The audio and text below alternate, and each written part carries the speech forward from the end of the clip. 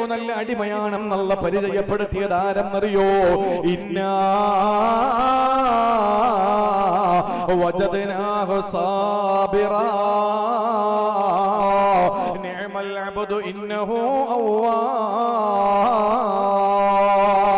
മഹാനായ അയ്യൂബ് നബി അലൈഹിസ്സലാം, അയ്യൂബ് നബി അലൈഹിസ്സലാമിന് അല്ലാഹു തആല ശാരീരികമായ രോഗങ്ങൾ കൊടുത്തു, മാനസികമായ ഒരുപാട് വിഷമങ്ങൾ കൊടുത്തു. അതുപോലെ തന്നെ അയ്യൂബ് നബി അലൈഹിസ്സലാമിന് സാമ്പത്തികമായ നഷ്ടങ്ങളല്ല കൊടുത്തു.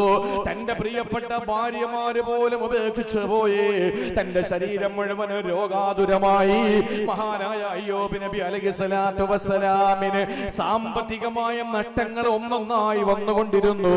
ആ സമയത്ത് മഹാനായ അയ്യൂബ് നബി അലൈഹിസ്സലാം, പടച്ചവരെ എന്റെ സമ്പത്ത് തിരിച്ചു തരണേ അല്ലാ, എന്റെ കുടുംബത്തെ തിരിച്ചു തരണേ അല്ലാ, എന്റെ രോഗം മാറ്റി തരണേ അല്ലാ എന്നൊന്നും പറയാതെ ഇതെല്ലാം നീ എനിക്ക് തന്നതാണ്, ഞാൻ ക്ഷമിക്കാൻ വിധിക്കപ്പെട്ടവനാണ്, എല്ലാം നിനക്ക് വേണ്ടി ക്ഷമിക്കുന്നു റബ്ബേ, എല്ലാം ഞാൻ ക്ഷമിക്കുകയാണ് എന്ന് ക്ഷമയുടെ പര്യായമായ അയ്യൂബ് നബി അലൈഹിസ്സലാം വിളിച്ചു പറഞ്ഞപ്പോ അല്ലാഹു അതേ അയ്യൂബ് നബിയെ പറ്റി പറയുകയാണ്, ഇന്നാ വജദ്നാഹു സാബിറാ.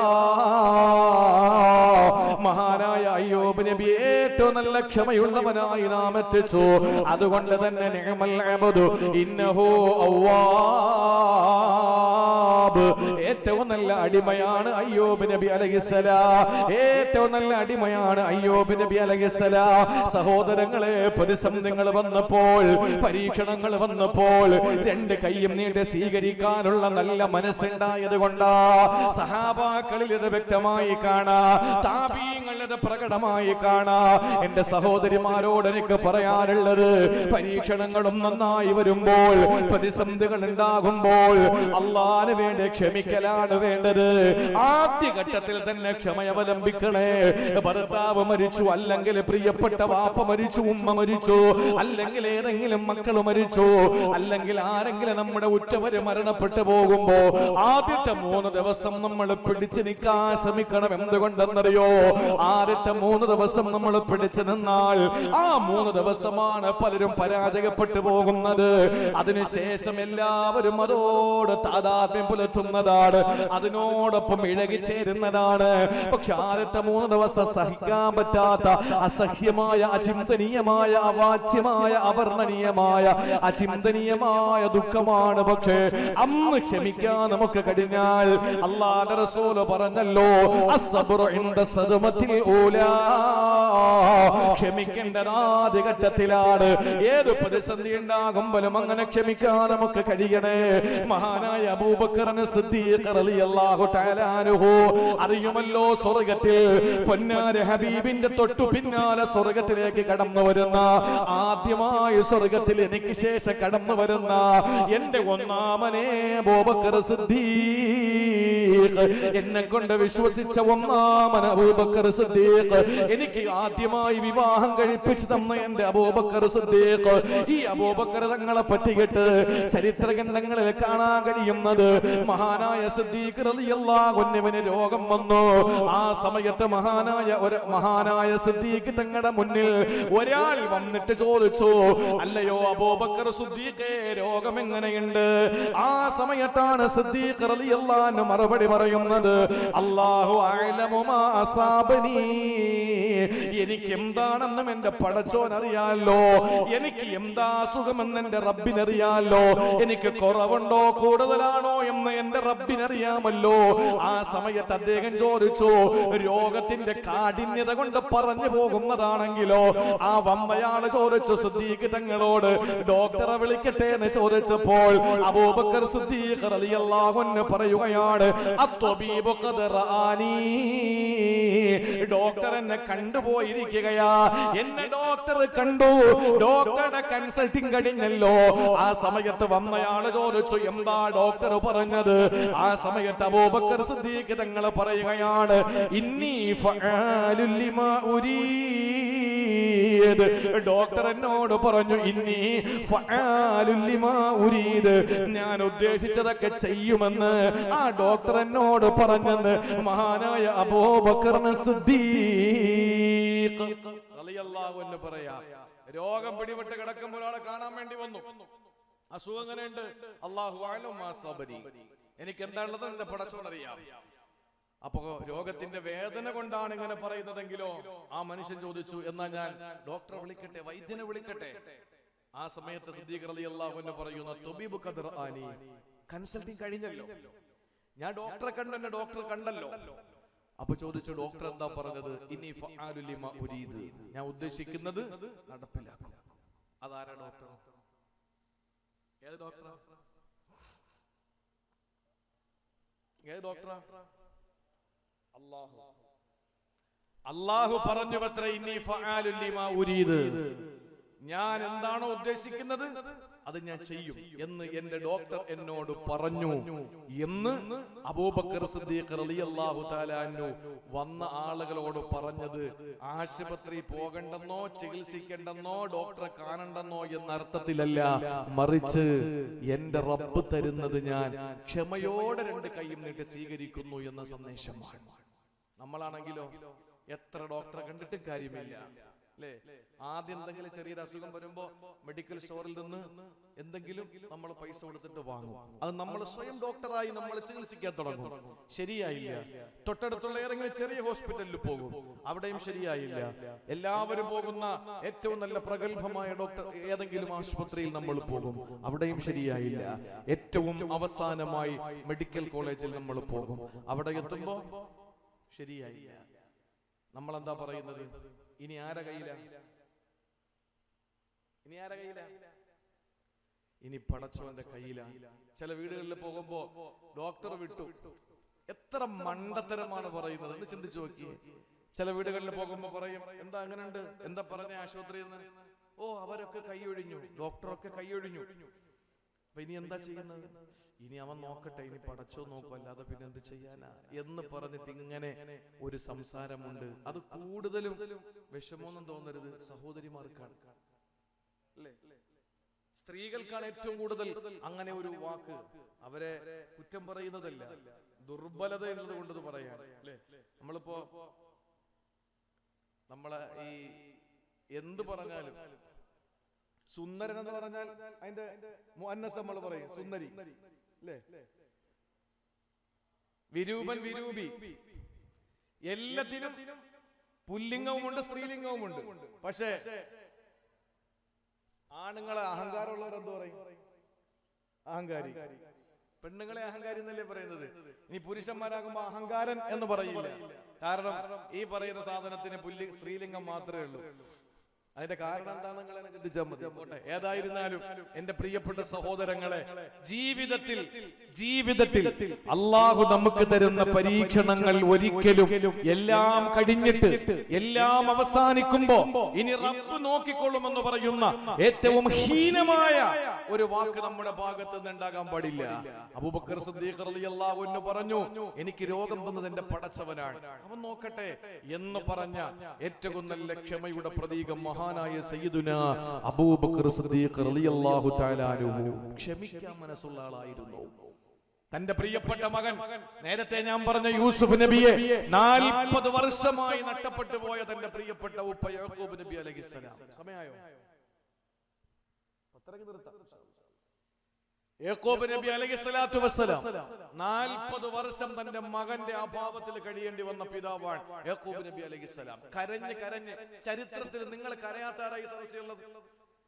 ഏതെങ്കിലും കാരണത്തിൽ കരയാത്ത ഒരാൾ ഈ സദസ്സിലുണ്ടോ? ഉണ്ടെങ്കിൽ അവരെ എത്രയും പെട്ടെന്ന് ഒന്നുകിൽ കോഴിക്കോട് കുതിരവട്ടത്തോ തൂളംപാറയിലോ കൊണ്ടുപോകണം. എന്തോ മാനസിക രോഗമുണ്ട്. ജീവിതത്തിൽ കരയാത്ത ഒരാളുണ്ടാവൂല. കരയാത്ത ആരാളുള്ളത്? ഒരു പിതാവ് കരഞ്ഞിട്ട് ആ പിതാവ് കരഞ്ഞ് കൃഷ്ണമണി വെളുത്തുപോയി. അതാരാ? യാക്കൂബ് നബി അലൈഹിസ്സലാം. വബിയല്ലത് ഐനാഹു മിനൽ ഹുസ്നി, ദുഃഖം കൊണ്ട് വെളുത്തുപോയി കൃഷ്ണമണി കരഞ്ഞ്. തന്റെ പ്രിയപ്പെട്ട മകനെ നഷ്ടപ്പെട്ടു പോയ ആ ഒരു വേദനയിൽ യാക്കൂബ് നബി അലൈഹിസ്സലാം 40 വർഷത്തോളം കരഞ്ഞെന്നാണ്. ഈ 40 വർഷം കരയുമ്പോൾ ഈ മഹാനായ യാക്കൂബ് നബി പറയുന്നത് എന്താണ്? സൂറത്ത് യൂസുഫിലെ കാണാം, ഫസ്ബറുൻ ജമീൽ. പ്രിയപ്പെട്ടവരെ, മക്കള് കരയും. മക്കള് മരണപ്പെടുമ്പോ, വാപ്പ മരണപ്പെടുമ്പോൾ, ഭാര്യ മരിക്കുമ്പോ, ഭർത്താവ് മരിക്കുമ്പോ, സ്വത്തുക്കൾ നഷ്ടപ്പെടുമ്പോൾ, ഏതെങ്കിലുമൊക്കെ അപകടങ്ങൾ നമുക്ക് വരുമ്പോൾ ആ സമയത്ത് നമ്മൾ കരയും. അത് സ്വാഭാവികമാണ്, മാനുഷികമാണ്. അങ്ങനെ കരയുമ്പോഴും നമ്മൾ പറയേണ്ടത് എന്താണ്? യാക്കൂബ് നബി എന്ന പിതാവ് കരഞ്ഞ് കരഞ്ഞ് കരഞ്ഞ് കരഞ്ഞ് 4 പതിറ്റാണ്ട് തന്റെ പൊന്നുമോന്റെ വേർപാടിൽ കരഞ്ഞ് കരഞ്ഞ് കരഞ്ഞ് കരഞ്ഞ് കൃഷ്ണമണി വെളുത്തുപോയി എന്ന് പരിചയപ്പെടുത്തിയത് ഖുർആനല്ലേ? ആ സമയത്തും 40 വർഷക്കാലം യൂസുഫ് നബി കരയുന്നതോടൊപ്പം പറഞ്ഞതെന്താണ്? ഫസ്ബറുൻ ജമീൽ. നല്ല ക്ഷമയാണ് എനിക്കല്ല തന്നിട്ടുള്ളത്. വല്ലാഹുൽ മുസ്തആൻ അലാ മാ തസിഫൂ. പൊന്നുമക്കളെ, നിങ്ങൾ പറഞ്ഞല്ലോ എന്റെ പൊന്നുമോൻ യൂസുഫിനെ ചെന്നായ പിടിച്ചുവെന്ന്. എനിക്കറിയാം പൊന്നുമോനെ, നിങ്ങൾ പറഞ്ഞ എല്ലാ കാര്യങ്ങളും എന്റെ റബ്ബ് ആ പടച്ച തമ്പുരാന്റെ മേലെ സഹായത്തിന് വേണ്ടി ഞാൻ അർപ്പിച്ചിരിക്കുകയാ. എന്റെ റബ്ബെന്നെ കൈയടിയൂല. ഫസ്ബറുൻ ജമീൽ. മക്കള് പുറത്തേക്ക് പോയി തിരിച്ചു വരുമ്പോ വാപ്പ ചോദിക്കുന്നു, പൊന്നുമക്കളെ എന്റെ യൂസുഫിനെ കണ്ടോ? എന്റെ യൂസുഫിനെ കണ്ടോ? സഹോദരങ്ങളെ, യൂസുഫ് മരിച്ചു എന്നല്ലേ മക്കള് വാപ്പയോട് പറഞ്ഞത്? മരിച്ചതിന്റെ തെളിവും കാണിച്ചു കൊടുത്തില്ലേ? കുപ്പായത്തിൽ ആടിനെ അറുത്തിട്ടതിന്റെ രക്തം പുരട്ടിയിട്ട് പൊന്നുമോൻ യൂസുഫിനെ ചെന്നായ പിടിച്ചതിന്റെ രക്തമാണെന്ന് കാണിച്ചു കൊടുത്തിട്ട് ഏത് അർത്ഥത്തിലും അവിടെ വാപ്പയുടെ മുന്നിലും മകൻ മരിച്ചു എന്ന എല്ലാ ഐഡന്റിറ്റിയും കാണിച്ചു കൊടുത്തിട്ട് ആ ഉപ്പ വിശ്വസിച്ചില്ല. എന്തുകൊണ്ടാ? ആ ഉപ്പ റബ്ബിനെ എല്ലാം ഏൽപ്പിച്ചിട്ട് പറഞ്ഞു, റബ്ബേ എന്റെ പൊന്നുമോനെ തിരിച്ചു തരണേ അല്ലാ. ഫസ്ബറുൻ ജമീൽ. നല്ലൊരു ക്ഷമ ഞാൻ ക്ഷമിക്കുകയാണെന്ന് പറഞ്ഞിട്ട് 40 കൊല്ലം നീണ്ട 4 പതിറ്റാണ്ടുകൾ അള്ളാന്റെ മുമ്പിൽ കരങ്ങൾ നീട്ടി ദുആ ചെയ്തു. എന്റെ ദുഃഖങ്ങളും എന്റെ സങ്കടങ്ങളും എന്റെ വിഷമങ്ങളും സർവാധിനാഥനായ റബ്ബിനെ ഞാൻ ഏൽപ്പിക്കുന്നു എന്ന് പറഞ്ഞ് 4 പതിറ്റാണ്ട് സർവ്വതും റബ്ബിനെ ഏൽപ്പിച്ചപ്പോൾ യൂസുഫ് എന്ന പൊന്നുമോനെ അല്ലാഹ് തിരിച്ചു കൊടുത്തല്ലോ. ഏതോ ഒരു കിണറ്റിന്റെ ഉള്ളിൽ പാറപ്പുറത്ത് ഒറ്റപ്പെട്ടു പോയ ഒരു ചെറിയ ട്രൗസർ ഇട്ട യൂസുഫ് എന്ന സൗന്ദര്യത്തിന്റെ പ്രതീകമായ ബാലചാപ്പല്യങ്ങളുള്ള ഒരു ശിശുവായിട്ടല്ല, അധികാരത്തിന്റെ അപ്പോസ്തലനായി ഈജിപ്തിന്റെ ഉത്തരവാദിത്വമുള്ള മിസ്രിന്റെ ഭരണാധികാരിയായി അവരോധിക്കപ്പെട്ട ഒരു വലിയ രാജാവായി തനിക്ക് തന്റെ പൊന്നുമോനെ യാക്കൂബ് നബിക്ക് അല്ലാഹ് തിരിച്ചു കൊടുത്തത് എന്തിന്റെ പേരിലാണ്? ഫസ്ബറുൻ ജമീൽ. നല്ല ക്ഷമ. അയ്യൂബ് നബി അലൈഹിസ്സലാത്തു വസ്സലാമിനെ അല്ലാഹ് നിഅമൽ അബ്ദു, നല്ല അടിമ എന്ന് പറഞ്ഞ എന്തുകൊണ്ടാണ്? ഇന്നഹു അവ്വാബ്, അദ്ദേഹം ഇന്ന വജദ്നാഹു സ്വാബിറ.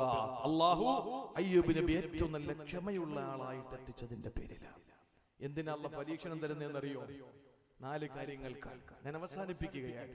4 കാര്യങ്ങൾക്കാണ് അല്ലാഹു പരീക്ഷണം തരുന്നത്. ഈ ഇരിക്കുന്ന എനിക്ക് നിങ്ങൾക്കും അല്ലാഹ് എന്ത് വിപത്ത് തന്നാലും 4 കാര്യങ്ങൾക്ക് വേണ്ടിയാണ് അല്ലാഹു തരുന്നത്. അത് മനസ്സിലാക്കുക. ഭർത്താവ് മരിച്ചോ? ഭാര്യ മരിച്ചോ? മക്കൾ മരിച്ചോ? സ്വത്ത് മുഴുവനും പോയോ? കോടികൾ നഷ്ടമായോ? ബിസിനസ്സുകൾ പൊളിഞ്ഞു പോയോ? എന്ത് വിപത്താണെങ്കിലും എന്ത് വിഷമമാണെങ്കിലും മക്കളെ തന്നില്ലേ? സന്താനങ്ങളെ തന്നിട്ടില്ലേ? അല്ലെങ്കിൽ നിങ്ങൾക്ക് എന്ത് പരീക്ഷണം, ഓരോരുത്തർക്ക് സ്വകാര്യമായി എന്ത് 100 കാര്യങ്ങൾ പറയാനുണ്ടാവും. എങ്കിലും നമ്മുടെ ജീവിതത്തിൽ എത്ര നമ്മൾ പൊട്ടിച്ചിരിച്ചാലും എത്ര സന്തോഷിച്ചാലും നമ്മുടെ മനസ്സിൽ പെട്ടെന്ന് ആ സന്തോഷത്തിന് തിരശ്ശീല വീഴുന്ന, സന്തോഷത്തിന് ഒരു ബ്രേക്ക് നൽകുന്ന, പെട്ടെന്നതിനെ സഡൻ ബ്രേക്ക് ചെയ്യുന്ന ഏതെങ്കിലും ഒരു ദുഃഖം നമ്മുടെ മനസ്സിലുണ്ടാവും. അതാണ് മനുഷ്യൻ. ജീവിതത്തിൽ എത്ര വലിയ ദുഃഖം വന്നാലും എപ്പോഴെങ്കിലും ഒന്ന് ഉള്ളിൽ സന്തോഷിക്കുന്ന ഒരു സന്തോഷമല്ല നമുക്ക് തന്നിട്ടുണ്ടാവും. അക്ബർ ചക്രവർത്തി ബീർബലിനോട് പറഞ്ഞു, ചുമരിൽ ഒരു വാചകം എഴുതണം, ദുഃഖിതൻ വായിച്ചാൽ സന്തോഷിക്കണം, സന്തോഷം കൊണ്ട് തുള്ളിച്ചാടുന്നവൻ വായിച്ചാൽ അവൻ ദുഃഖിക്കണം. എഴുതാൻ പറഞ്ഞു. ഒരൊറ്റ വരി എഴുതി. എന്താണ്? ഈ സമയം കടന്നു പോകും. ഭയങ്കര വിഷമം ജീവിതത്തിൽ, പ്രതിസന്ധി. ആ വാചകം വായിക്കുന്നയാൾ ഈ സമയം കടന്നു പോകും. എന്തായാലും ഈ ദുഃഖമൊക്കെ മാറുമല്ലോ, ഒരു കയറ്റം ഉണ്ടെങ്കിൽ ഇറക്കേണ്ട. വളരെ സന്തോഷത്തോടെ വരുന്നവൻ അവന്റെ സന്തോഷത്തിന് ബ്രേക്ക് ചെയ്യും. കാരണം ഈ സമയം കഴിഞ്ഞു പോകും, എപ്പോഴെങ്കിലും ദുഃഖം തിരിച്ചു വരും. എന്റെ പ്രിയപ്പെട്ട സഹോദരങ്ങളെ, അള്ളാഹു നമുക്ക് തരുന്ന പരീക്ഷണങ്ങൾ നാലിൽ ഏതെങ്കിലും ഒന്നിനായിരിക്കും, അല്ലെങ്കിൽ നാലെണ്ണത്തിനായിരിക്കും. ഒന്ന്,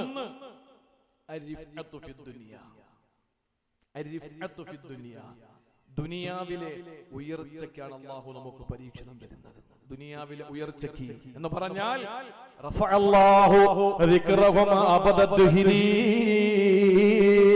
കാലാകാലം ആളുകൾ അതിനെപ്പറ്റി പറഞ്ഞുകൊണ്ടിരിക്കുന്നതാ. ഇന്നും ക്ഷമയുടെ വിഷയം പറയുമ്പോൾ, ഇന്നും പരീക്ഷണങ്ങളുടെ വിഷയം പറയുമ്പോൾ, അഫ്ഗാനിന്റെയും ഫലസ്തീനിന്റെയും ഗുജറാത്തിന്റെയും അഹമ്മദാബാദിന്റെയും അതുപോലെ തന്നെ ഉത്തരേന്ത്യയിലെ വടക്കേ ഇന്ത്യയിൽ നമ്മുടെ സമുദായത്തിന്റെ ചെറുപ്പക്കാര് ബീഫിന്റെ പേരിൽ, ചാണകത്തിന്റെ പേരിൽ, പശുവിന്റെ തുകലിന്റെ പേരിൽ കൊല ചെയ്യപ്പെടുമ്പോ, അടിച്ചു കൊല്ലപ്പെടുമ്പോ എപ്പോഴും ആളുകൾ പറയുന്നത് ബിലാൽ റളിയല്ലാഹു അൻഹു അനുഭവിച്ച ത്യാഗത്തിന്റെ കഥകളാണ്.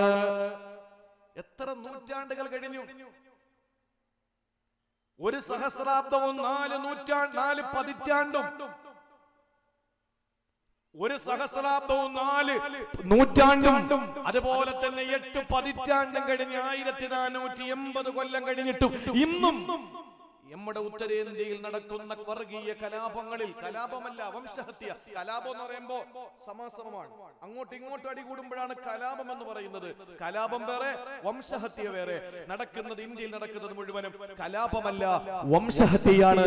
ഉത്തരേന്ത്യയിൽ നടക്കുന്ന മുഴുവൻ വംശഹത്യയും എന്റെ പ്രിയപ്പെട്ടവരെ പരാമർശിക്കപ്പെടുമ്പോൾ എല്ലാവരും ഒരു സഹസ്രാബ്ദവും 4 നൂറ്റാണ്ടും 8 പതിറ്റാണ്ടുകൾക്കും അപ്പുറത്തുമുള്ള ഉമയ്യത്തിന്റെ കിങ്കരന്മാര് ബതഹാഇന്റെ താഴ്വരയിലിട്ട് ചാട്ടവാറടിച്ചുകൊണ്ട്, ചമ്മട്ടിയടിച്ചുകൊണ്ട്, ശരീരത്തിന്റെ തോല്, ആട്ടിന്റെ തോല് മാംസത്തിൽ നിന്ന് തൊലിയുരിക്കപ്പെടുന്നത് പോലെ ഓരോ അടികൊള്ളുമ്പോഴും കറുത്ത കറുത്ത കറുത്ത തോലുരിഞ്ഞു വരുമ്പോൾ അഹദ് അഹദ് എന്ന് വിളിച്ച ബിലാൽ ഇബ്നു റബാഹ് റളിയല്ലാഹു അൻഹുവിന്റെ ചരിത്രം പറയുന്നത് എന്തുകൊണ്ടാ? ചരിത്രം പറയുന്നത് എന്തുകൊണ്ടാണ്? അല്ലാഹു തആല ക്ഷമയ്ക്ക് കൊടുക്കുന്ന ഒന്നാമത്തെ പ്രതിഫലം ദുനിയാവിൽ വലിയ ഉയർച്ചയാണ്. ലോകം അവസാനിക്കുന്നത് വരെ അവരെ പറഞ്ഞുകൊണ്ടിരിക്കും. ബിലാൽ റളിയല്ലാഹു അൻഹുവിനെ 2022 പറയാതിരിക്കില്ല, 2032 അതുപോലെ തന്നെ 3000 പറയാതിരിക്കില്ല. ലോകമുള്ളിടത്തോളം കാലം ബിലാൽ റളിയല്ലാഹു അൻഹു പരാമർശിക്കപ്പെടും, ഹംസ റളിയല്ലാഹു അൻഹു പരാമർശിക്കപ്പെടും.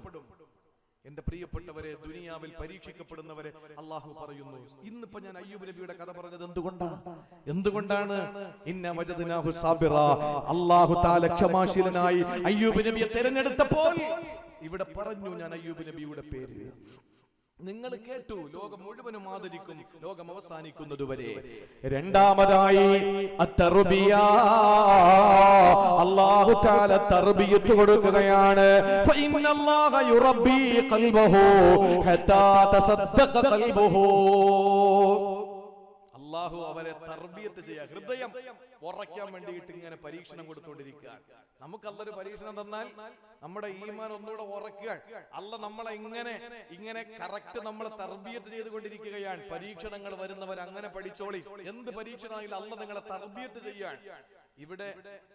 ഇവിടെ ജീവിതത്തിൽ അള്ളാഹു തർബിയത്ത് തരിക നമുക്ക്. മൂന്നാമത്തേത് തഹ്ഖീഖുൽ ഉബൂദിയ്യ എന്ന് പറഞ്ഞാൽ നമുക്കൊരു കഴിവുമില്ല, ഒരു കഴിവ് നമുക്കില്ല, കോടികളുള്ള. യൂസുഫ് അലി സാഹിബ് പറഞ്ഞത് എന്താണ്?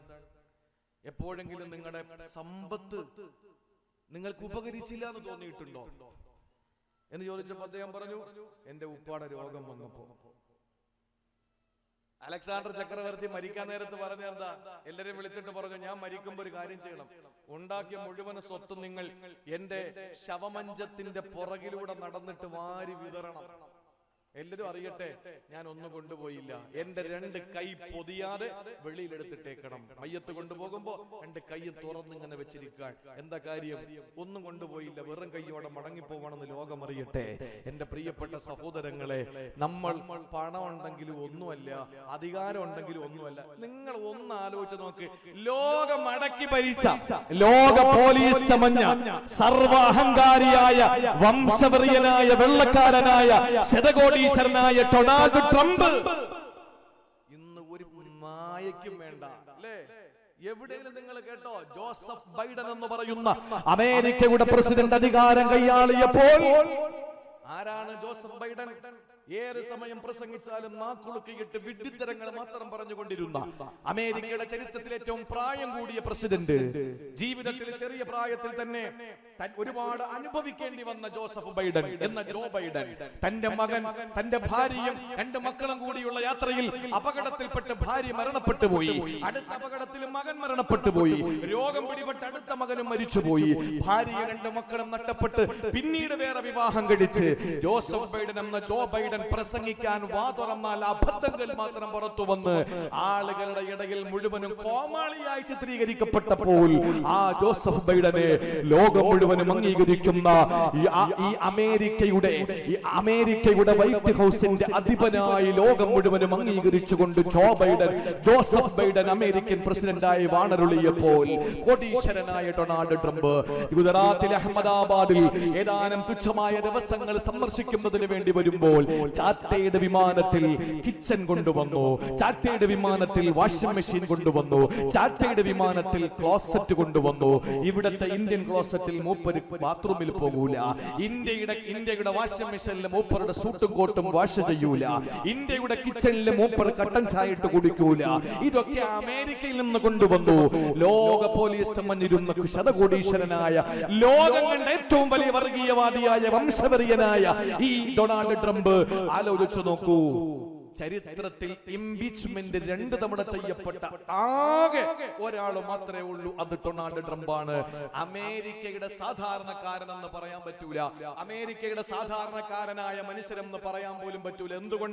എന്തുകൊണ്ട് ശ്രദ്ധിച്ചോ? അമേരിക്കക്കാരനായ, ഇന്നവിടെ ഏതെങ്കിലും ഒരു കവലയിൽ തൊഴിലെടുക്കുന്ന അമേരിക്കക്കാരനായ ഏതെങ്കിലും സാധാരണക്കാരന് വേണമെങ്കിൽ ഡെമോക്രാറ്റിക് പാർട്ടിയിലോ റിപ്പബ്ലിക്കൻ പാർട്ടിയിലോ ചേർന്നുകൊണ്ട് മത്സരിച്ചാൽ 4 വർഷം കഴിഞ്ഞ് അമേരിക്കയുടെ പ്രസിഡന്റ് ആകാം. പക്ഷേ ഡൊണാൾഡ് ട്രംപിന് ഖിയാമത്ത് നാൾ വരെ ഇനി മത്സരിക്കാൻ പറ്റൂല. കാരണം അമേരിക്കൻ പൗരത്വം ഉണ്ട് എന്നതിനപ്പുറം സാധാരണക്കാരനായി 2 തവണ ഇംപീച്ച്മെന്റ് ചെയ്യപ്പെട്ടത് കൊണ്ട് തന്നെ ഒരിക്കലും ഇനി അധികാരത്തിന് വേണ്ടി മത്സരിക്കാൻ പറ്റാത്ത വണ്ണം നാട്ടിൽ നിന്നും അല്ലാഹു നാട് കടത്തി. പുതിയ അധികാരത്തിന്റെ പ്രസിഡന്റ് വരുമ്പോ സാധാരണ അമേരിക്കൻ പ്രസിഡന്റുമാര് ചെയ്യുന്നത് ഒരു ചായ സൽക്കാരം, നിയുക്ത പ്രസിഡന്റുമായിട്ട് ഒരു കൂടിക്കാഴ്ച, അവിടെ അമേരിക്കവാസികളുമായിട്ട് ഒരു ഫോട്ടോ എടുപ്പ്, എന്നിട്ട് ഗുഡ് ബൈ പറഞ്ഞ് വാഷിംഗ്ടണിലേക്ക് നിന്ന് വിട പറയുന്നു. പക്ഷേ ചരിത്രത്തിൽ ആദ്യമായിട്ട് ഡൊണാൾഡ് ട്രംപ് ഇതിനൊന്നും നിൽക്കാതെ പ്രഭാതം പൊട്ടിവിടർന്നപ്പോൾ വാഷിംഗ്ടണോട് ഗുഡ് ബൈ പറഞ്ഞു കൊണ്ടുപോയി. ഇന്ന് കായില്ലാത്തവൻ കോഴിക്കടയുടെ മുമ്പിൽ വായി നോക്കിയിരിക്കുന്നത് പോലെ ഇവിടെ ഇരിപ്പുണ്ടാവും. ഒന്നുമല്ലാതായി. അധികാരം കൊണ്ട് എന്തെങ്കിലും നേടാൻ പറ്റുമോ? പണം കൊണ്ട് എന്തെങ്കിലും നേടാൻ പറ്റുമോ? ലോകത്തെ ഏറ്റവും വലിയ കോടീശ്വരൻ ഇന്ന് ഈ പ്രസംഗിക്കുമ്പോഴും ഭൂമിയിലേക്ക് താണുകൊണ്ടിരിക്കുന്നു. ഖാറൂൻ അവന്റെ സമ്പാദ്യവുമായിട്ട്. സമ്പത്തുണ്ടെന്ന് പറഞ്ഞിട്ട് ഒന്നും നേടൂല പ്രിയപ്പെട്ടവരെ. അധികാരം പോവും. അധികാരം ഇന്ന് വരും, നാളെ പോവും. അധികാരവും ഒന്നും നിലനിൽക്കില്ല, ഒരിക്കലും നിലനിൽക്കില്ല. ആരോഗ്യം നിലനിൽക്കോ? ഇല്ല. കേൾവിശക്തി കുറയും, കാഴ്ചശക്തി കുറയും, പിന്നെ കൈ പൊങ്ങാതാവും, കാല് നടക്കാതാവും. ഇതൊക്കെ സംഭവിക്കും. അധികാരവും ആരോഗ്യവും സമ്പത്തും ഒക്കെ നശിച്ചു പോകും. അപ്പോഴും നമ്മൾ ഒന്നുമല്ലെന്ന പരീക്ഷണം അല്ലാഹു തരുന്നത്. നിങ്ങൾ ഒന്നുമല്ല എന്ന തഹ്ഖീഖുൽ ഉബൂദിയ്യ, നിങ്ങൾ ഒന്നുമല്ല എന്റെ അടിമയാണെന്ന് അല്ലാഹു കാണിച്ചു തരികയാ. 4-മതായിട്ട് സഹോദരങ്ങളെ, അൽ അജ്റു ഫിൽ ആഖിറതി, അല്ലാഹു ആഖിറത്തിലേക്ക് വേണ്ടി നിങ്ങൾക്ക് പ്രതിഫലം കാത്തു വെച്ചിരിക്കുകയാണ്. ഒരാൾക്ക് ഒരു പരീക്ഷണം എന്നാൽ ഈ 4 കാര്യമാണ്. ഒന്ന് മറന്നു പോകരുത്. 1 ദുനിയാവിൽ ഒന്ന് സ്മരിക്കപ്പെടും നിങ്ങൾ. 2, നിങ്ങൾ അള്ളാഹു ഹൃദയം വിശാലമായി തർബിയത്ത് ചെയ്യുകയാണ്. 3, നിങ്ങൾ ഒന്നുമല്ലാത്ത ദാസനാണ്, അടിമയാണ് എന്ന് അറിയിക്കുകയാണ്. 4, ഇതിന് അള്ളാഹു നാളെ പരലോകത്ത് പ്രതിഫലം വെച്ചിരിക്കുന്നു. അതുകൊണ്ടാണ് എന്നെ കേൾക്കുന്നവരെ രോഗത്തിന്റെ കാഠിന്യത കൊണ്ട് ആരെങ്കിലും വിഷമിക്കുന്നുണ്ടെങ്കിൽ എന്റെ പ്രിയപ്പെട്ട സഹോദരാ, നമുക്ക് അള്ളാഹു തന്ന പരീക്ഷണങ്ങൾ ഉണ്ടല്ലോ. നാളെ പരലോകത്ത് ചെല്ലുമ്പോ റബ്ബിന്റെ മുമ്പിൽ നമ്മൾ പറയുമല്ല, പരീക്ഷണങ്ങൾ ഒന്നുമില്ലാതെ ദുനിയാവിൽ ജീവിച്ച ആളുകൾ പറയും, അല്ലാഹുവേ കാനത്ത് കുരിലത്ത് ബിൽ മഖാരിലി ഫി ദുനിയാ, ദുനിയാവിൽ എന്റെ ശരീരം മുഴുവൻ കത്രിക്കപ്പെട്ടിരുന്നെങ്കിൽ റബ്ബേ, അവിടെ ആഖിറത്തിൽ അല്ലാഹു തആല പരീക്ഷിക്കപ്പെട്ടവർക്ക് കൊടുക്കുന്ന പ്രതിഫലം കാണുമ്പോൾ ഇവിടെ ആരോഗ്യത്തോടെ ജീവിച്ചവര്, രോഗമൊന്നുമില്ലാതെ സന്തോഷത്തോടെ കഴിഞ്ഞവര് ആഖിറത്തിലെത്തുമ്പോൾ അല്ലാഹു തആല ആരോഗ്യം ഇല്ലാത്ത രോഗികൾക്ക് അല്ലാഹു അവിടെ പ്രതിഫലം കൊടുക്കുന്നത് കാണുമ്പോ സഹോദരങ്ങളെ ആഗ്രഹിച്ചു പോകും, ദുനിയാവിൽ ഞങ്ങൾ പരീക്ഷിക്കപ്പെട്ടിരുന്നെങ്കിൽ എന്ന് റബ്ബേ, ഇവിടെ ക്യാൻസർ തരല്ലേ എന്ന് ദുആ ചെയ്യുമ്പോ നാളെ ആഖിറത്തിൽ അറിയാതെ പറഞ്ഞു പോകുമല്ല, ഈ ക്യാൻസർ രോഗികൾക്ക് ഇത്ര പ്രതിഫലം നീ കൊടുക്കുന്നെങ്കിൽ പടച്ചവനെ, ദുനിയാവിൽ എന്റെ കണ്ണിന് ക്യാൻസർ വന്നിരുന്നെങ്കിൽ, എന്റെ കാലിന് ക്യാൻസർ വന്നിരുന്നെങ്കിൽ, എന്റെ ശരീരം മുഴുവനും രോഗം കൊണ്ട് അല്ലാഹുവേ, ഈ കാനത്ത് ഖുരിലത്ത് ബിൽ മഖാരിദി, ശരീരം മുഴുവനും മുറിക്കപ്പെട്ട് എന്നെ അല്ലാഹുവേ നീ ദുനിയാവിൽ വലിയ പരീക്ഷണങ്ങളെ തന്നിരുന്നെങ്കിലെന്ന് ആഖിറത്തിൽ കൊതിച്ചു പോകുമെന്നല്ലേ.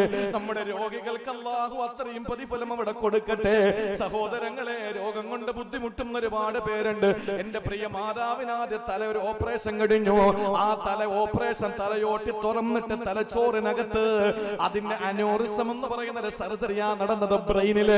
അതിനുശേഷം എന്റെ പ്രിയ മാതാവിന്റെ വലത്തേക്കാല് 53ഓളം കുത്തിക്കെട്ടുകൾ, 53ഓളം സ്റ്റിച്ചുള്ള ഒരു വലിയ ഓപ്പറേഷൻ കാലിൽ നടന്നു. അത് കഴിഞ്ഞ് എന്റെ പ്രിയപ്പെട്ട മാതാവിന്റെ ബ്രസ്റ്റിൽ ക്യാൻസർ വന്നു. ആ ബ്രസ്റ്റ് റിമൂവ് ചെയ്തതിനു ശേഷം 9 കീമോ കഴിഞ്ഞു, 15 റേഡിയേഷൻ പറഞ്ഞതിൽ 12 കഴിഞ്ഞു, ബാക്കി 3 ബാക്കി നിൽക്കുകയാ. നിങ്ങൾ ദുആ ചെയ്യണം എന്റെ പ്രിയപ്പെട്ടവരെ. പരീക്ഷണങ്ങൾ അല്ലാഹു നമുക്ക് തരുമ്പോൾ 2 കൈയും നീട്ടി സ്വീകരിക്കുന്നത് എന്തിന്റെ പേരിലാണ്? നാളെ ആഖിറത്തിൽ അല്ലാഹു വലിയ പ്രതിഫലം നമുക്ക് വെച്ചിരിക്കുകയാ. രോഗികൾക്ക് അല്ലാഹു കൊടുക്കുന്ന, ക്ഷമിക്കുന്നവൻ അല്ലാഹു കൊടുക്കുന്ന കാര്യമാണ് ആഖിറത്തിലെ വലിയ പ്രതിഫലമെന്ന് സഹോദരങ്ങളെ നമ്മൾ മനസ്സിലാക്കണം. അതുകൊണ്ട് ജീവിതത്തിൽ അല്ലാഹു തരുന്ന പരീക്ഷണങ്ങൾ ഇന്നാ വജദനാഹു സാബിറാ, ക്ഷമയോടെ 2 കൈയും നീട്ടി സ്വീകരിച്ചാൽ അയ്യൂബ് നബിയെ പറ്റി അല്ലാഹു പറഞ്ഞു, നിഅമൽ അബ്ദു ഇന്നഹു അവ്വാബ്, അല്ലാഹു ഏറ്റവും ഇഷ്ടപ്പെട്ട നല്ല അടിമയാണ് അയ്യൂബ് നബി എന്ന് അല്ലാഹു തന്നെ അവന്റെ ഖുർആനിലൂടെ പരിചയപ്പെടുത്തുമ്പോ ഒരു സഹോദരിയുടെ വിരലൊന്ന് മുറിഞ്ഞു പോയി.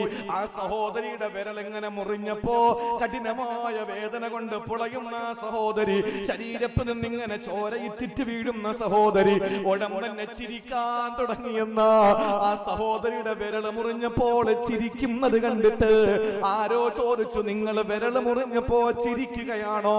ആ സഹോദരിയുടെ മറുപടി എന്താ? ഹലാവത്തു അജ്രിഹാ അൻസത്നി മിറാറത ദിക്രിഹാ, ഈ വിരൽ മുറിക്കപ്പെട്ടതിന് നാളെ റബ്ബ് തരുന്ന പ്രതിഫലം ഓർത്തപ്പോ ഇവിടെ ഞാൻ വേദന അറിയുന്നില്ല, അവിടത്തെ മാധുര്യം എന്നെ വല്ലാതെ ഇതിനെ മറപ്പിച്ച് കളഞ്ഞിരിക്കുന്നു എന്ന് പറഞ്ഞത് ഒരു വിരൽ പച്ചം മുറിഞ്ഞു പോയ ഒരു പെങ്ങളാണെങ്കിൽ ഇന്നമായി അജ്റഹും ബിഗൈരി ഹിസാബ്, സൂറത്ത് സുമറിൽ അല്ലാഹു പറയുന്നു, അല്ലാഹു തആല വർണ്ണമായ പ്രതിഫലം പൂർത്തിയാക്കി കൊടുക്കുന്നു. ക്ഷമിച്ചവർക്ക്, നിസ്കാരമുള്ളവർക്ക് പൂർത്തിയാക്കി കൊടുക്കുമെന്ന് പറഞ്ഞില്ല, നോമ്പകാക്ക് പൂർത്തിയാക്കി കൊടുക്കുമെന്ന് പറഞ്ഞില്ല, പക്ഷെ ക്ഷമിക്കുന്നവർക്ക് അല്ലാഹു പൂർണ്ണമായതിന്റെ പ്രതിഫലം കൊടുക്കുന്നു. അതുകൊണ്ട് സഹോദരങ്ങളെ, ജീവിതത്തിൽ അല്ലാഹുവിന്റെ പരീക്ഷണങ്ങൾ തരുമ്പോ അത് ക്ഷമയോടെ പിടിച്ചു നിൽക്കാൻ നമുക്ക് കഴിയണേ, ക്ഷമയോടെ പിടിച്ചു നിൽക്കാൻ കഴിയണേ. ഒരു 3 മിനിറ്റ് കൊണ്ട് ഒരൊറ്റ കാര്യം കൂടി പറഞ്ഞ് ഞാൻ അവസാനിപ്പിക്കുകയാ. മഹാനായ ഔഫ് ബിൻ മാലിക്കുൽ അശ്ജഈ റളിയല്ലാഹു അൻഹു ഇത് ഇതെന്റെ സഹോദരിമാർക്ക് ഇന്നു മുതൽ അമൽ ചെയ്യാൻ വേണ്ടിയിട്ടാണ്. എന്നെ ലൈവായിട്ട് സ്വദേശത്തും വിദേശത്തും കാണുന്ന സഹോദര സഹോദരിമാർക്ക് അമൽ ചെയ്യാൻ വേണ്ടിയിട്ട് ഇത്രയും പറഞ്ഞതും അമൽ ചെയ്യാൻ തന്നെയാണ്. ഇന്നത്തെ പ്രസംഗത്തിന്റെ സമ്മാനമായി എനിക്ക് എന്റെ ഉസ്താദുമാരെന്നെ പഠിപ്പിച്ചത് ഞാൻ നിങ്ങൾക്കും കൈമാറുകയാണ്. സഹോദരങ്ങളെ, ഔഫ് ബിൻ മാലിക് അൽ-അശ്ജഈ റളിയല്ലാഹു അൻഹുവിന്റെ മകനെ കാണാനില്ല. മകനെ കാണാതായി. തന്റെ പ്രിയപ്പെട്ട ഉമ്മ അഥവാ ഔഫ് ബിൻ മാലിക്കിന്റെ പ്രിയപ്പെട്ട ഭാര്യ വല്ലാതെ കരയാൻ തുടങ്ങി. ഒരു മകൻ നഷ്ടപ്പെട്ടാൽ, കാണാതെ പോയാൽ ഒരു ഉമ്മയ്ക്ക് സഹിക്കാൻ പറ്റൂലല്ലോ. വല്ലാതെ കരച്ചിലായപ്പോൾ ഔഫ് ബിൻ മാലിക് അൽ-അശ്ജഈ റളിയല്ലാഹു അൻഹു നേരെ പോയി ഇലാ ഹദറത്തി റസൂലില്ലാഹ്, ഹബീബായ നബി തങ്ങളുടെ മുമ്പിലേക്ക് ചെന്നു. എന്നിട്ട് പറഞ്ഞു, നബിയേ നബിയേ, എന്റെ മോനെ കാണാനില്ല. എന്റെ ഭാര്യ വല്ലാത്ത കരച്ചിലാണ്, സഹിക്കാൻ പറ്റുന്നില്ല. അതുകൊണ്ട് പുണ്യപ്രവാചകരെ, എന്താണ് എനിക്കൊരു വഴി പറഞ്ഞു തരുവോ? എന്റെ മകനെ നഷ്ടപ്പെട്ടു പോയെന്ന് പറഞ്ഞപ്പോ സുബ്ഹാനല്ലാഹ്, അല്ലാഹുവിന്റെ ഹബീബ് ഔഫ് ബിൻ മാലിക് അൽ-അശ്ജഈയോട് പറയുന്നു, ഇത്തഖി വസ്ബിർ, നിങ്ങൾ ക്ഷമിക്ക്, റബ്ബിനെ സൂക്ഷിക്ക്. വഅമറുക വഇയാഹ, നിങ്ങളും നിങ്ങളുടെ ഭാര്യയും നിങ്ങൾ ചെയ്യേണ്ടത് അൻതസ്തഗ്ഫിറാ മിൻ ഖൗലി ലാ ഹൗല വലാ ഖുവത ഇല്ലാ ബില്ലാഹ്. നിങ്ങൾ രണ്ടുപേരും ലാ ഹൗല വലാ ഖുവത ഇല്ലാ ബില്ലാഹിൽ അലിയിൽ അലീം ചൊല്ലിക്കോ. പരീക്ഷണങ്ങൾ വന്ന പെങ്ങള്, മക്കളില്ലാതെ വിഷമിക്കുന്നവര്, അതുപോലെ സമ്പത്ത് നഷ്ടപ്പെട്ടു പോയവര്, അതുപോലെ സന്താനങ്ങൾക്ക് രോഗമുള്ളവര്, എഴുതി വെച്ചോ. ഏത് സമയത്തും നമ്മൾ പറയണം ലാ ഹൗല വലാ ഖുവത ഇല്ലാ ബില്ലാഹിൽ അലിയിൽ അലീം. ഇത് പറയണം എന്ന് തന്റെ ഭർത്താവിനോടും ഭാര്യയോട് പറയാൻ ഭർത്താവിനോട് റസൂലുള്ള പറഞ്ഞു വിട്ടു. അറിയണോ നിങ്ങൾക്ക് ഇനി എന്താ സംഭവിച്ചതെന്ന്? വീട്ടിൽ വന്ന് ഔഫ് ബിൻ മാലിക് അൽ-അശ്ജഈ തന്റെ ഭാര്യയോട് പറഞ്ഞു, പ്രിയപ്പെട്ടോളെ, നബി തങ്ങൾ ഇത് ചൊല്ലാൻ പറഞ്ഞു എന്ന് പറഞ്ഞു. രണ്ടുപേരും ചൊല്ലാൻ തുടങ്ങി. സുബ്ഹാനല്ലാഹ്, ഈ തടവിൽ പിടിക്കപ്പെട്ട സ്ഥലത്ത് അഥവാ തട്ടിക്കൊണ്ടുപോയ കള്ളന്മാര്, വഴിക്കൊള്ളക്കാരും മയക്കത്തിലായി. അവര് ഈ മോനെ മറന്നുപോയി. നോക്കുമ്പോൾ മകനെ തടയാൻ ആരുമില്ല. വഴിക്കൊള്ളക്കാരെ പിടിച്ചുകൊണ്ടുപോയ കവർച്ചാ സംഘം ഉറക്കത്തിലാണ്. ഉറങ്ങിപ്പോയി അറിയാതെ ഈ മകനെ തിരിച്ചു വീട്ടിലേക്ക് രക്ഷപ്പെടാൻ ഒരുങ്ങുമ്പോ 4000 ആട്ടിൻപറ്റങ്ങൾ ഇങ്ങനെ ഈ കവർച്ചക്കാട് ആട്ടിൻപറ്റങ്ങൾ നിൽക്കുകയാ. ഈ 4000 ആട്ടിൻപറ്റങ്ങളെയും തെളിച്ചുകൊണ്ട് തന്റെ പൊന്നുമോന് ഔഫ് ബിൻ മാലിക് അൽ-അശ്ജഈയുടെയും ഭാര്യയുടെയും മുമ്പിലേക്ക് മടങ്ങി വന്നു. 4000 ആട്ടിൻപറ്റങ്ങളെയും കൊണ്ട് സഹോദരങ്ങളെ മടങ്ങി വന്ന പൊന്നുമോന് എല്ലാ ദുഃഖങ്ങളിലും പ്രതിസന്ധികളിലും വിഷമങ്ങളിലും അവർക്ക് പിടിച്ചു നിൽക്കാൻ കഴിഞ്ഞ വാക്കേതാ? ലാ ഹൗല വലാ ഖുവത ഇല്ലാ ബില്ലാഹ്. അതുകൊണ്ട് സഹോദര, എന്ത് പ്രതിസന്ധി ഉണ്ടെങ്കിലും ഏത് പരീക്ഷണങ്ങൾ ഉണ്ടെങ്കിലും ചൊല്ലിക്കോ ലാ ഹൗല വലാ ഖുവത ഇല്ലാ ബില്ലാഹിൽ അലിയിൽ അലീം. 99 രോഗങ്ങൾക്ക് ശമനമാണ്. അതിൽ ഐസറുഹാ അൽ ഹമ്മു, ഏറ്റവും ചെറിയ രോഗമെന്നത് മനപ്രയാസമാണ്. ഐസറുഹാ അൽ ഫഖ്റു, ഏറ്റവും താഴെയുള്ളത് മറ്റൊരു റിപ്പോർട്ടിൽ ദാരിദ്ര്യമാണ്. നിങ്ങൾക്ക് സമ്പന്നത വന്നു കൂടും, നിങ്ങളുടെ മനസ്സിന് സമാധാനം കിട്ടും, ശരീരത്തിന് ആരോഗ്യമുണ്ടാകും, സമ്പത്തിനുള്ള വർധനവ് തരും. എല്ലാത്തിനും പരിഹാരം ഇതാണ്. അല്ലാഹു തൗഫീഖ് നൽകട്ടെ. അല്ലാഹു നമുക്ക് ഇതിനുള്ള ഭാഗ്യം തരട്ടെ. അതുകൊണ്ട് ഖുർആൻ പരിചയപ്പെടുത്തിയ ഏറ്റവും നല്ല അടിമകൾ 2 പേരാണെന്ന് സുലൈമാൻ നബി, മറ്റൊന്ന് അയ്യൂബ് നബി. സുലൈമാൻ നബി അല്ലാഹുവിനെ മറന്നുകൊണ്ട് ജീവിതത്തിന്റെ ഭൗതിക താല്പര്യങ്ങൾ കടന്നു വന്നപ്പോ അത് വേണ്ടെന്ന് വെച്ച പ്രവാചകനാണ്. അയ്യൂബ് നബി അലൈഹിസ്സലാം പരീക്ഷണങ്ങൾ ഉണ്ടായപ്പോൾ അത് ക്ഷമയോടെ നേരിട്ട പ്രവാചകനാണ്. ആ പ്രവാചക പുങ്കവന്മാരുടെ പാത പിൻപറ്റാണ് സർവാധിനാഥനായ അല്ലാഹ് പടച്ചവനെ ഞങ്ങൾക്ക് ഈ സദസ്സിന്റെ ബറക്കത്ത് കൊണ്ട് തൗഫീഖ് നൽകണേ അല്ലാഹ്.